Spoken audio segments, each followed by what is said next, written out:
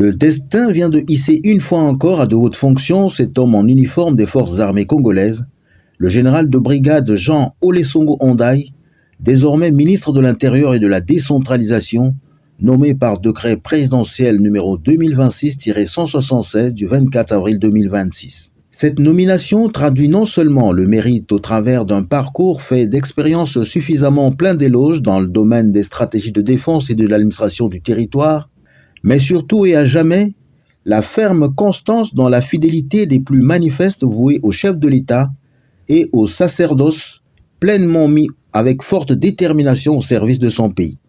Longtemps et toujours aux côtés du président de la République, Denis Sassou Nguesso, même dans les moments les plus critiques, cet officier général émérite vient ainsi de voir reconnus ses multiples efforts et sa totale disponibilité consentie dans la mise en action des préoccupations du chef de l'État. Désormais et encore plus proche du guide, le ministre Jean Olesongo Ondaï devra prouver, de belle manière encore, ses capacités à conduire et à gérer le département de l'Intérieur et de la décentralisation à lui confier, à un moment où les attentes s'avèrent majeures. Je mesure que le président de la République, chef de l'État, chef suprême des armées, est un chef qui observe et suit bien les hommes. Aujourd'hui, il vient de convaincre davantage que la dose de confiance n'a pas diminué.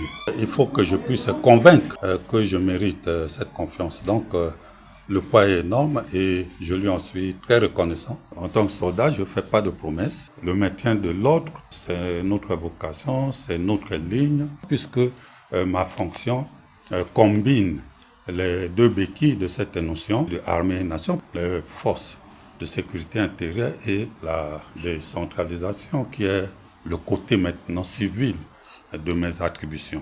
En faisant cette combinaison, nous apportons la sécurité à la population en nous basant sur l'expérience de mes anciennes responsabilités. Déjà, se mettre résolument au travail dans ces nouvelles fonctions qui lui font porter une responsabilité majeure, tel est l'un des prochains défis à relever au sein de ce nouveau gouvernement qui tient à convaincre les populations par le sens du devoir et des résultats probants.